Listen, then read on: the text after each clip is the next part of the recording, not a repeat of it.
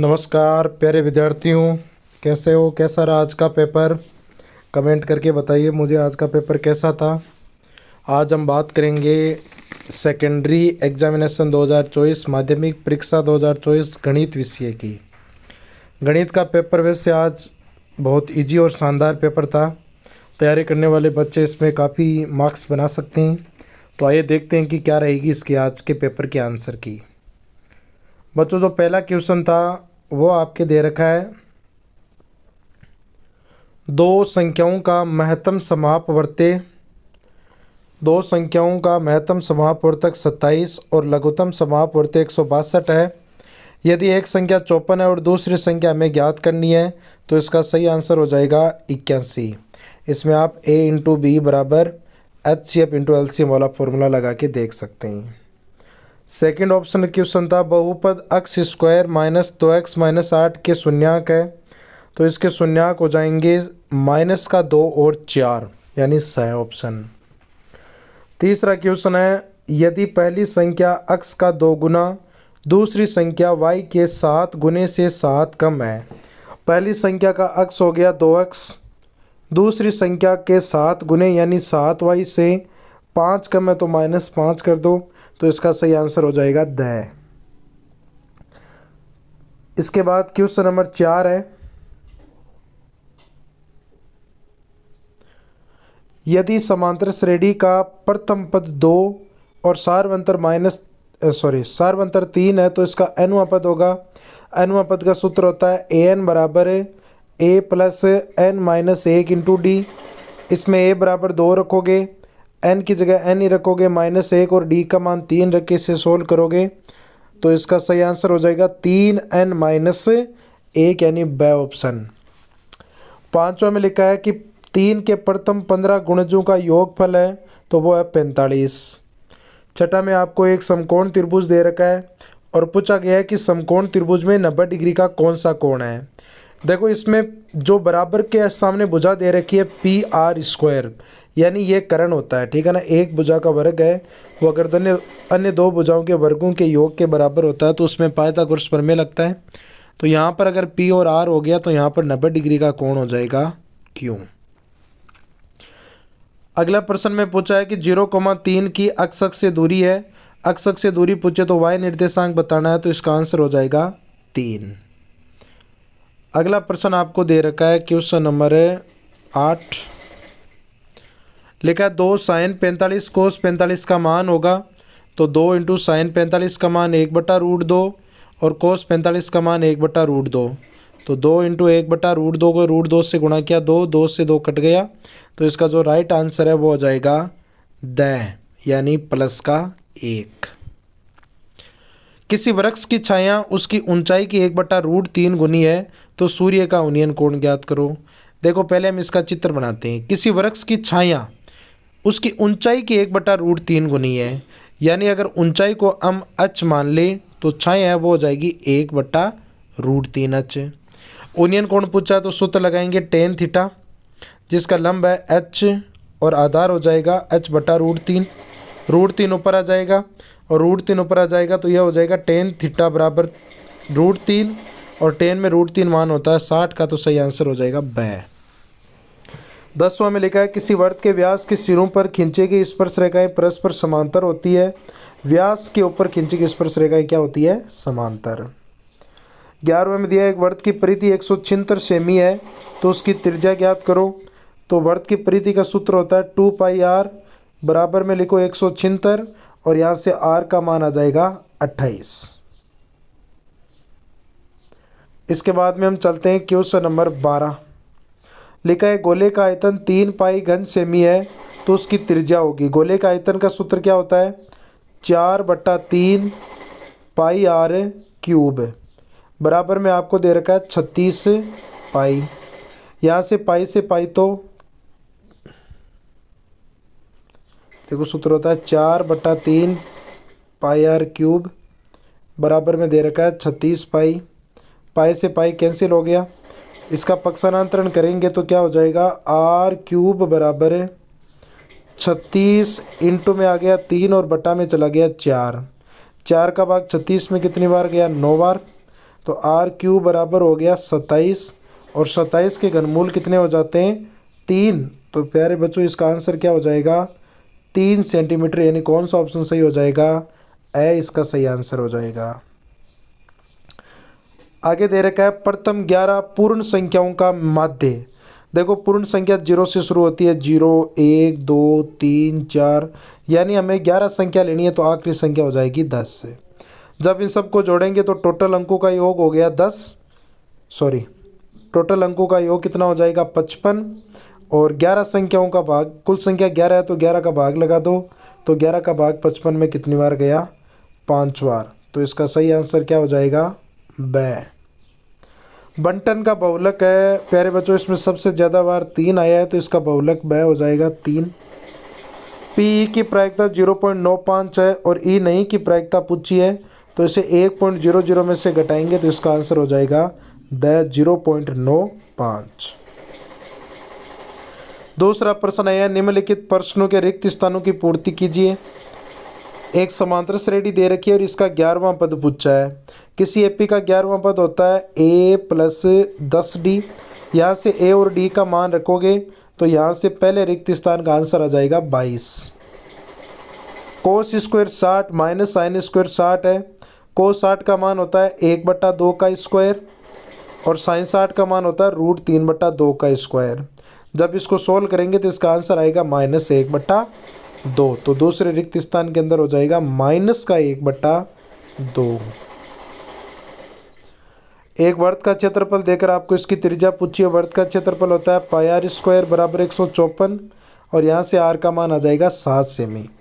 r का मान कितना हो जाएगा 7 सेमी। एक शंकु की त्रिज्या और ऊंचाई दे रखी है और तिर्यक ऊंचाई पूछी है जिसका सूत्र होता है L बराबर √h² प्लस r²। जब r और h का वर्ग करेंगे तो इसका जो आंसर है वो आ जाएगा 10 सेमी। 3 माध्यक बराबर 2 माध्य प्लस यहाँ पर आएगा बहुलक। वर्ग चिन्ह पूछा है उच्च सीमा प्लस निम्न सीमा बटा 2, तो दोनों को जोड़कर 2 का भाग लगाएंगे तो आंसर आ जाएगा 67.5। अगला प्रश्न दे रखा है एक पासे को एक बार उछालने पर 6 से बड़ा अंक आने की प्रायिकता कितनी है। तो हमें पता है कि 6 से बड़ा एक पासे को उछालने पर होता ही नहीं है, तो प्रायिकता कितनी हो जाएगी 0। तो ये दूसरा प्रश्न था। अब बात करते हैं तुल्यत्तरात्मक, जो आपके प्रश्न संख्या 3 है। देखो तीसरे प्रश्न में पहले में दे रखा है कि आपको गुणनखंड ये दे दिया और गुणनखंड में पूछा है कि इसका लसापय कितना है। तो लसापय हम बड़ी घात लेते हैं तो 2 की घात 3 इंटू 3 की घात है 2, तो इसका आंसर आ जाएगा 72। अगला प्रश्न है बहुपद के शून्यांक ज्ञात करो। तो x² माइनस का √3 का स्क्वायर लिख सकते हैं। a² माइनस b² का फॉर्मूला लगाएंगे तो यहाँ से इसके आंसर आ जाएंगे x बराबर प्लस √3 और माइनस √3। अगला प्रश्न तीसरा, इसमें लिखा है कि रैखिक समीकरण युग्म को हल कीजिए। तो आप इसमें डायरेक्ट विलोपन विधि लगाकर हल कर सकते हैं। हल करोगे तो x बराबर 9 आएगा और y बराबर आएगा 5। चौथा क्वेश्चन में आपको DE समांतर है BC, तो थेल्स प्रमेय लगाओ। थेल्स प्रमेय से हो जाएगा AD/DB बराबर AE/EC। मान रखेंगे 1.5/3 बराबर 1/EC और जब इसको हल करेंगे तो जो इसका आंसर है वो आ जाएगा EC बराबर 2 इकाई। इसी का मान आ जाएगा 2 सेमी। 2 बिंदुओं के बीच की दूरी का सूत्र लगाएंगे और दूरी का सूत्र लगाकर इसको हल करेंगे तो इसका आंसर होगा 2a। और अगर आपने ऐसा लेकर रूट के अंदर 4a² तो भी आपका सही है। अगला प्रश्न है, इसके अंदर एक ऊर्ध्वाधर खंभे की परछाई और ऊंचाई बराबर है तो सूर्य का उन्नयन कोण ज्ञात करो। तो यहाँ पर थीटा बराबर 45 डिग्री है। प्यारे विद्यार्थियों, ये जो पेपर है ये पूरा का पूरा जो राजस्थान बोर्ड की इस बार एक क्वेश्चन बैंक आई थी ये उसी में से आया है। उसके जितने भी क्वेश्चन है वो सारे क्वेश्चन इस पेपर के अंदर है। लगभग 99% पेपर है वो एग्जिट राजस्थान बोर्ड की जो इस बार आंसर की आई थी उसी में से आया है। अगला प्रश्न है, एक मीनार के पाद बिंदु से 100 मीटर की दूरी पर स्थित एक बिंदु से शिखर का उन्नयन कोण 60 डिग्री है, तो मीनार की ऊंचाई ज्ञात करो। तो इसका आंसर हो जाएगा 100√3 मीटर।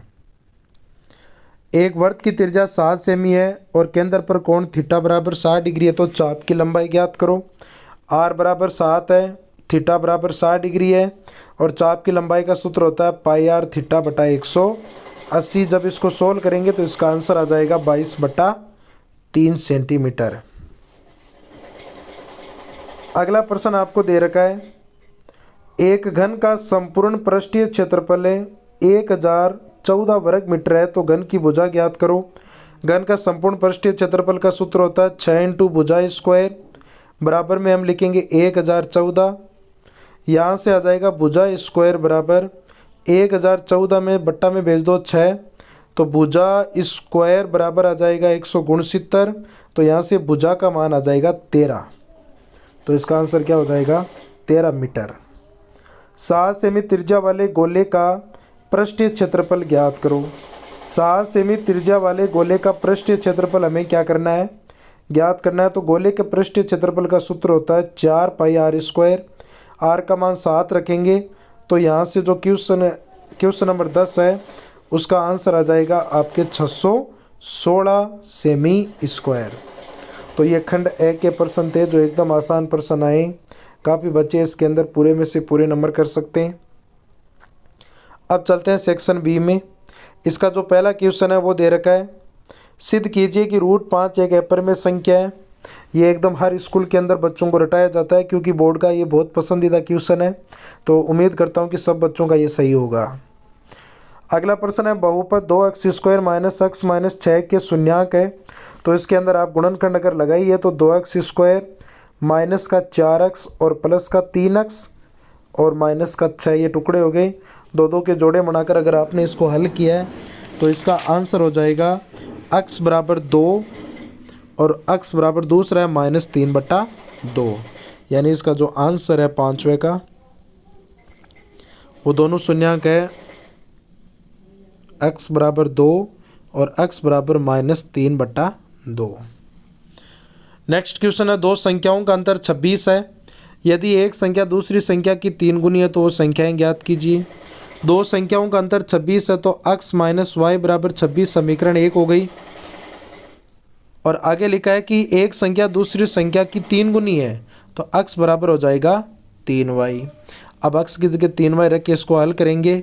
दोनों समीकरण को हल करने पर इसके जो मान है वो संख्या आ जाएगी x बराबर 13 और 13 इधर रखोगे तो दूसरी संख्या हो जाएगी 39। तो 13 और 39 इसका सही आंसर है। अगला प्रश्न दे रखा है आपके, निम्न आकृति में x का मान ज्ञात करो। तो प्यारे बच्चों इसके अंदर भी आपको क्या करना था, थेल्स प्रमेय लगाना था और थेल्स प्रमेय से लगाते तो x के बट्टा में तो क्या आ जाता x - 2 और इधर x + 2 के बट्टा में आ जाता x - 1। वजर गुणा करके आप इसको हल करते तो यहाँ से x बराबर उत्तर आ जाता 4। अब चलते हैं प्रश्न नंबर 8।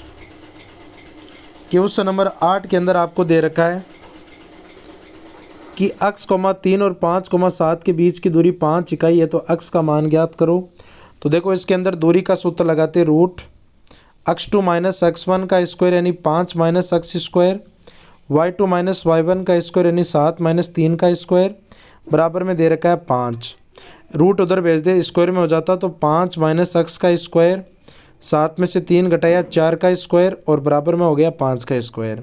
जब इसको पूरा सोल्व करेंगे तो यहाँ से x बराबर 2 और 8 इसके क्या हो जाएंगे आंसर। अगला प्रश्न है 9वां। दे रखा है कि tan a बराबर 1 है तो 2 sin a cos a का मान ज्ञात करो। देखो पहले tan a बराबर आपको लिखना था 1/1, यहाँ से तुलना करते तो लंब बट्टा आधार, लंब बराबर 1 है, आधार बराबर 1 है, पाइथागोरस प्रमेय लगाते तो कर्ण हो जाएगा √2। अब आपको इसमें साइन और कोस चाहिए तो 2 × साइन का सूत्र क्या होता है लंब बट्टा कर्ण, लंब 1 है, कर्ण का मान √2। कोस का मान, कोस का सूत्र भी यही होता है, कोस का हो जाएगा लंब आधार 1 है और कर्ण √2। √2 को √2 से गुणा किया, 2 से 2 कट गया तो आंसर हो जाएगा 1। अगला प्रश्न दे रखा है 2 खंभों। बच्चों ये प्रश्न काफ़ी बच्चों के गलत हो रहा है लेकिन उतना हार्ड प्रश्न था नहीं। देखो क्या लिखा है, दो खंभों के शीर्ष 20 मीटर और 14 मीटर की ऊंचाई पर है। एक खंभा 20 मीटर है, दूसरा खंभा 14 मीटर है। ये 20 मीटर ले लेते हैं और ये 14 मीटर ले लिया। अब ये कह रहा है कि ये दोनों शीर्ष एक तार से जुड़े हुए, दोनों खंभों के शीर्ष एक तार से जोड़ दिया। यदि तार क्षैतिज रेखा, ये दोस्तों ये क्षैतिज रेखा खींच ली, क्षैतिज रेखा के साथ 30 डिग्री का कोण है, तो यहाँ पर कोण कितने डिग्री बना दो, 30। तार की लंबाई हमें ज्ञात करनी है, इसको क्या मान लो, अक्ष है। बताओ ये टोटल 20 है यहाँ से यहाँ तक, अगर ये 14 है तो ये भी 14, और 20 में से 14 घटा दिया तो यहाँ पर कितना बच गया, 6। लंब और करण है तो सूत्र लगाओ साइन थीटा। साइन 30 बराबर लंब का मान है 6 और करण का मान है x।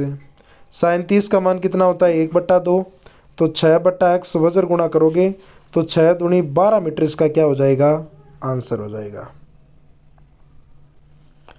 आगे प्रश्न दे रखा है, दो सकेंद्रीय वृत्तों की त्रिज्याएं 5 सेमी और 3 सेमी है। देखो दो सकेंद्रीय वृत्त है, बड़े वृत्त की जीवा ज्ञात करनी है जब वो छोटे वृत्त को स्पर्श करती है। देखो छोटे वृत्त की त्रिज्या 3 है, बड़े दोनों की है 5-5।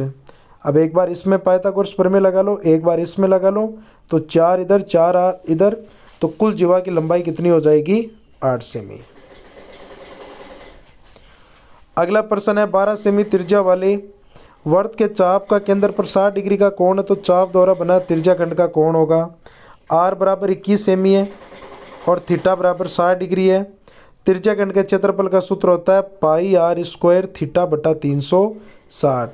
जब इसमें r और थीटा का मान रख के हल करोगे तो 231 सेमी स्क्वायर इसका आंसर हो जाएगा। अगला प्रश्न नंबर 13 दे रखा है, एक लंबवर्तीय बेलन के आधार का क्षेत्रफल 154 सेमी स्क्वायर है। देखो बेलन के आधार के क्षेत्रफल का सूत्र होता है पाई आर स्क्वायर बराबर 154 है। यहाँ से r का मान आ जाएगा 7 सेमी। h का मान प्रश्न में दे रखा है 15 सेमी। वक्र पृष्ठीय क्षेत्रफल ज्ञात करना है, तो वक्र पृष्ठीय क्षेत्रफल का सूत्र क्या होता है, 2 पाई आर एच। जब 2 पाई आर एच रख के इसको हल करेंगे अपन, तो इसका जो आंसर है वो आ जाएगा 660 सेमी स्क्वायर। अगला प्रश्न 14 आया था माध्य का, इसको एकदम सीधा हल करना था। एफ और एक्स दे रखे हैं तो नया कॉलम एफ एक्स का बना लेते, गुणा कर लेते, गुणा करने पर सिग्मा एफ एक्स का मान जोड़ते तो वो तो आ रहा है हमारे 321 और सिग्मा एफ का मान आ रहा है इसमें 44। माध्य का सूत्र होता है सिग्मा एफ एक्स बटा सिग्मा एफ। हल करते तो 321 बटा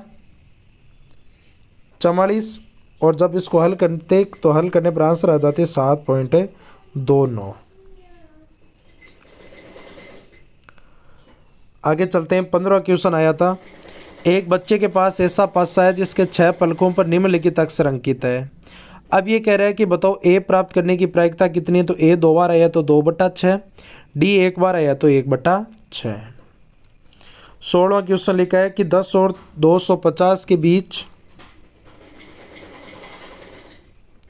खंड 6 के मैं बता दूं, खंड 6 में 4 प्रश्न आए थे, चारों अथवा में थे, आपको एक एक प्रश्न हल करना था, चाहे ऊपर वाला करो चाहे नीचे वाला का। 10 और 250 के बीच कितने 4 के गुणज है, देखो 4 का पढ़ा लेना है, लेकिन 10 और 250 के बीच तो 12, 16, 20 और ख़त्म हो जाता 248 पर। यहाँ से हमें एन का सूत्र लगाना था, एन बराबर A plus N minus 1 into D, और एन का मान ज्ञात करना था जिसका आंसर कितना आ जाता 60। बस इतना सा 3 नंबर का प्रश्न था। नीचे वाले में पूछा 0 और 50 के बीच कितनी संख्याओं का विषम संख्याओं का योग है।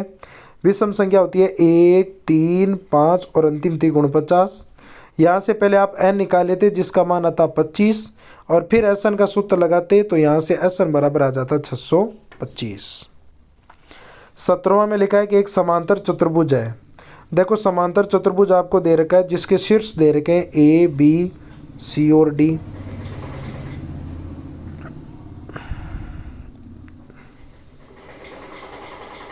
एस सी इसका विकर्ण हो गया, बी डी विकर्ण हो गया, यहाँ पर ओ हो गया। समांतर चतुर्भुज के विकर्ण परस्पर समद्विभाजित होते हैं, तो एस सी का मध्य बिंदु और बी डी का मध्य बिंदु समान होना चाहिए। जब दोनों समान है तो अक्ष निर्देशांक और वाई निर्देशांक को बराबर करते, तो यहाँ से जो दोस्तों पी का मान है वो आ जाता आपके 7। ये उदाहरण है। अथवा वाला और भी आसान था, उस बिंदु के निर्देशांक ज्ञात करो जो बिंदु -1, 7 और 4, 3 को यहाँ पर बिंदु आप ले सकते हो C, क्योंकि A और B इधर ले लिया।